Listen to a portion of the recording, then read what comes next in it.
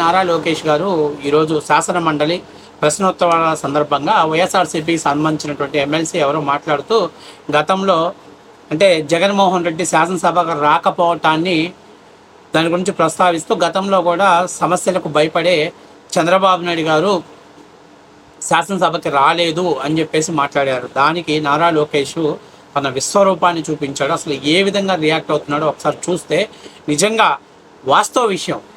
ఒక తల్లిని అవమానపరిస్తే ఎలా ఉంటుందో ఒకసారి లోకేష్ గారు ఏ విధంగా రియాక్ట్ అయ్యారో ఒకసారి ఆ వీడియో చూసి దాని గురించి మనం విశ్లేషణ చేద్దాం. గౌరవ సభ్యులు 2019 నుంచి 24 వరకు చంద్రబాబు నాయుడు గారు పారిపోయారని మీరు అంటున్నారు అధ్యక్ష.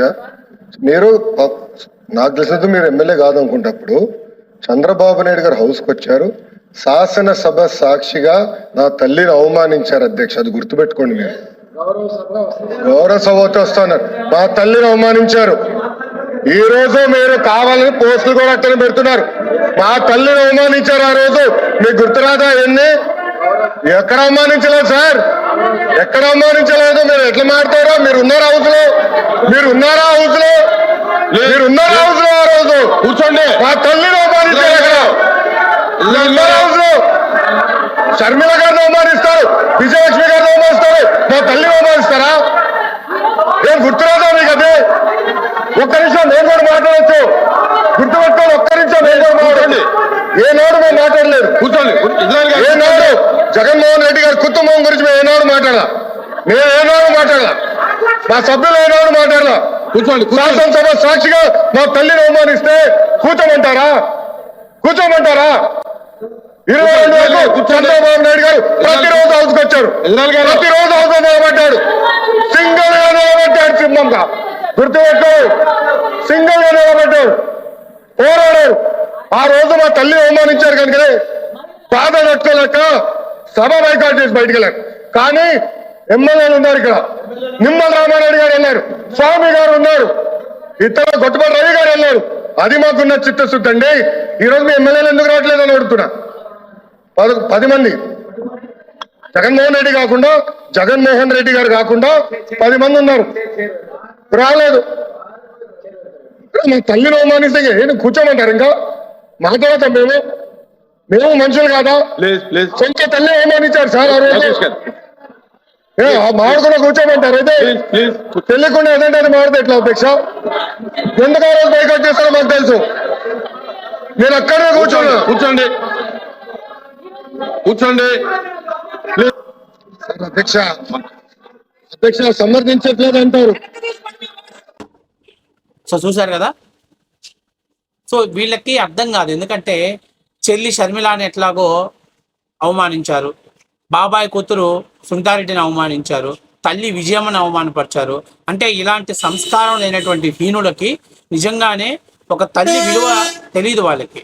ఒక తల్లి గురించి కానీ కుటుంబ సభ్యుల గురించి కానీ అవమానకరంగా మాట్లాడితే మనకెందుకులే, మనకు వ్యతిరేకంగా మాట్లాడారు కాబట్టి అవమానకరంగా మాట్లాడారని అనుకుంటారు తప్ప నుంచి మా కుటుంబం జోలికి వస్తే, మా మధ్య 100 తగాదులు ఉండొచ్చు, మా కుటుంబం జోలికి వస్తే మాత్రం తాట తీస్తాననే మాట మాట్లాడటం వైఎస్ఆర్సీపీకి అసలు చేత కాదు. సరే, ఇప్పుడు ఆమె ఏం మాట్లాడింది? వాస్తవానికి ఆ రోజు చంద్రబాబు నాయుడు గారు మాట్లాడుతున్నప్పుడు ఉద్దేశపూర్వకంగానే వైఎస్ఆర్సీపీ వాళ్ళు ఆ రోజు మాట్లాడుతున్నప్పుడే అందులో మనందరికి కూడా స్పష్టమైనటువంటి ఆడియోలు మనందరూ కూడా విన్నాం. కానీ ఆ దరిద్రం ఇప్పుడు చెప్పదలుచుకోవట్లే.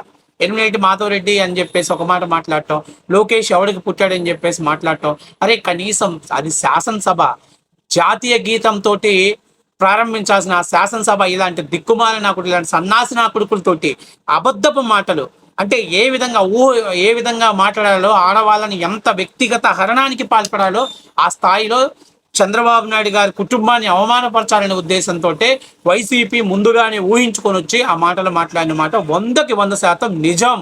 ఆ రోజు ఎంత పెద్దగా కలిసారు ఆ రోజు చూస్తేనే మనకు అర్థమవుతుంది. అంటే తన భార్యని అవమానపరిస్తే బాధ రాదండి? తన తల్లిని అవమానపరిస్తే లోకేష్ కోపం రాదా? బాధ రాదా? నారా చంద్రబాబు నాయుడు గారికి బాధ రాదా?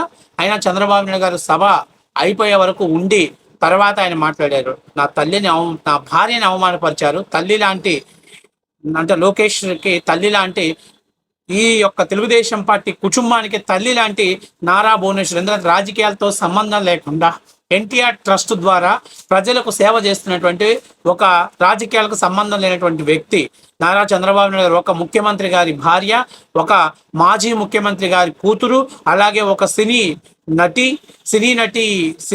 ఫీల్డ్ నుంచి వచ్చినటువంటి నందమూరి తారక రామారావు, ఒక తెలుగు సినీ చలనచిత్రానికి ఒక దిగ్గజం లాంటి వ్యక్తి నందమూరి తారక రామారావు గారి కూతురు, బాలకృష్ణ గారి చెల్లెలు, సహోదరి.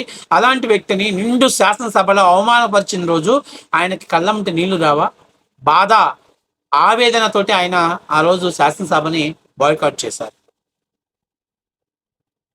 అంతకుముందు జగన్మోహన్ రెడ్డి మాట్లాడాడు, చంద్రబాబు నాయుడు నేను కళ్ళు ఎర్ర చేశానంటే నీ పక్కనున్న ఎమ్మెల్యేలందరి పక్కకు వచ్చేస్తారు, నీకు ప్రతిపక్ష హోదా కూడా ఉండదని చెప్పేసి జగన్మోహన్ రెడ్డి ఆ రోజు మాట్లాడాడు. అంటే ప్రజలు చంద్రబాబు నాయుడు గారు ప్రతిపక్ష హోదా ఇచ్చాడు, దాన్ని కూడా తీసేస్తానని జగన్మోహన్ రెడ్డి హెచ్చరించాడు.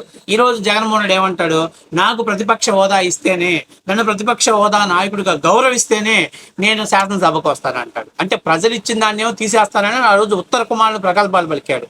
ఈరోజు నాకు అది ఇస్తేనే నేను అసెంబ్లీకి వస్తానని చెప్పేసి ఆయన మాట్లాడుతున్నాడు. సో ఇప్పుడు మీరందరూ ప్రజలు ఆలోచించుకోవాలి, ఇలాంటి కుసంస్కారహీనుడిని, ఇలాంటి చరిత్రలోనే పనికిరానటువంటి చెత్త లాంటి స్క్రాప్ని మనం మళ్ళీ శాసనసభకు పంపిస్తారా? శాసనసభలో కూర్చోబెడతామా? అవకాశం ఇస్తామా వాళ్ళకి? ఒకసారి ఆలోచించుకోండి. నేను అంటున్నది, శాసనసభలో చట్టాలు చేస్తారు, మహిళల రక్షణ కోసం చట్టాలు చేస్తారు, రాష్ట్ర అభివృద్ధి కోసం చట్టాలు చేస్తారు. కానీ చట్టాలు చేసేటువంటి చట్టబద్ధమైనటువంటి శాసనసభలో ఒక మహిళని దుశ్శాసన పర్వం కింద తెరలేపినటువంటి వీళ్ళకి విలువలు ఉన్నాయా? ఈరోజు లోకేష్ మాట్లాడండి, ఒక్కడిని కూడా వదిలిపెట్టనండి. నిజంగా చెప్తున్నా, మగోడి డైలాగ్ అది, మగోడి డైలాగ్. ఇప్పుడు అంటారు, ఇప్పుడు అంతకుముందు మా నాయకుడు పులివెందుల పులి, మాట దప్పడు మడమ తిప్పడు, మా వాడు ఎవడికి భయపడ్డాను అన్నాడు. కన్నా తల్లిని అవమానపరిస్తే మాట్లాడాల. విజయమ్మ నువ్వు ఎక్కడో తప్పు చేస్తే షర్మిల పుట్టిందని అంటే మాట్లాడలేదు. ఎవడు పులి? విజయమ్మకి షర్మిల ఎక్కడో దొరికిందని చెప్పేసి మాట్లాడారు. ఎవడు?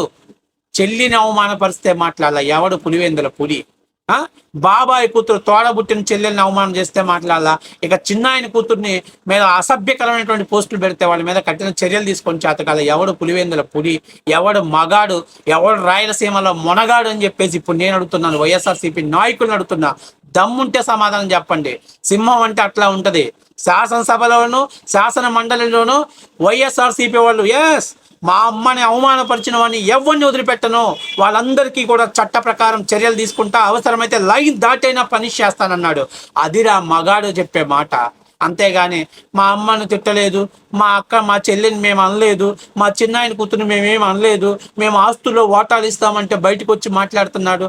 అది ఎవడో గొట్టంగాళ్ళంతా బయటకు వచ్చి మాట్లాడతారు. ఏం జగన్మోహన్ రెడ్డి, నువ్వు బయటకు వచ్చి మాట్లాడవచ్చు కదా? నీ రక్తం మంచుకొని నీ తోడబుట్టిన చెల్లెలే కదా. ఎవరు కుటుంబాల్లో విలువలు ఆడవాళ్ళకి గౌరవిస్తారు, ఎవరు వ్యక్తులకు గౌరవిస్తారు, ఈ వీడియో చూస్తే అర్థమవుతుంది. సిగ్గుండాలి మీకు కనీసం. వైఎస్ఆర్సీపీ వాళ్ళకి సిగ్గుండాలి. అరే మనం రాజశేఖర రెడ్డి బిడ్డను ఎత్తుకున్నాం పైకి, అలాంటి రాజశేఖర రెడ్డి బిడ్డ అయినటువంటి షర్మిలాని, రాజశేఖర రెడ్డికి భార్య అయినటువంటి విజయమ్మని, రాజశేఖర రెడ్డికి ఆత్మలా వెన్నంటే ఉండి కడప రాజకీయాలలో ఎన్నంటే నిలబడినటువంటి ఆయన సొంత తమ్ముడు వివేకానంద గారి కూతుర్ని అవమానపరుస్తుంటే వాళ్ళని కనీసం మందలించకుండా వాళ్ళకి డబ్బులు ఇచ్చి ప్రోత్సహించేటువంటి చెత్త న్యాయాలకి మనం సపోర్ట్ చేయాలా అని చెప్పేసి మీరు ఆలోచించుకోవాలి. ఈరోజు చూడండి, నారా లోకేష్ని చూస్తే సంస్కారం అంటే ఎలాగో నేర్చుకోండి. ఒక్కడిని కూడా వదిలిపెట్టాడు నారా లోకేష్, గుర్తుపెట్టుకోండి. అందరికీ నా ఒళ్ళు బలిసి ఆ రోజు మాట్లాడిన ప్రతి ఒక్కడికి సమాధానం చెప్తాడు, గుర్తుపెట్టుకోండి అని కూడా చెప్తున్నా. ఇలాగే ఉండాలి. కన్న తల్లిని అవమానపరిస్తే నోరు మూసుకొని ఉన్న జగన్మోహన్ రెడ్డి ఎక్కడ?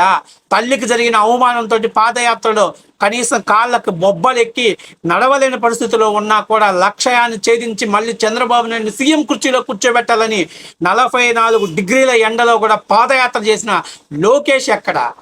అసలు మీకు లోకేష్కి జగన్కి పోలిక ఉందా? నక్కకి నాగలోకానికి ఉన్నంత పోలిక ఉంది. మీ బతుకులు జడ.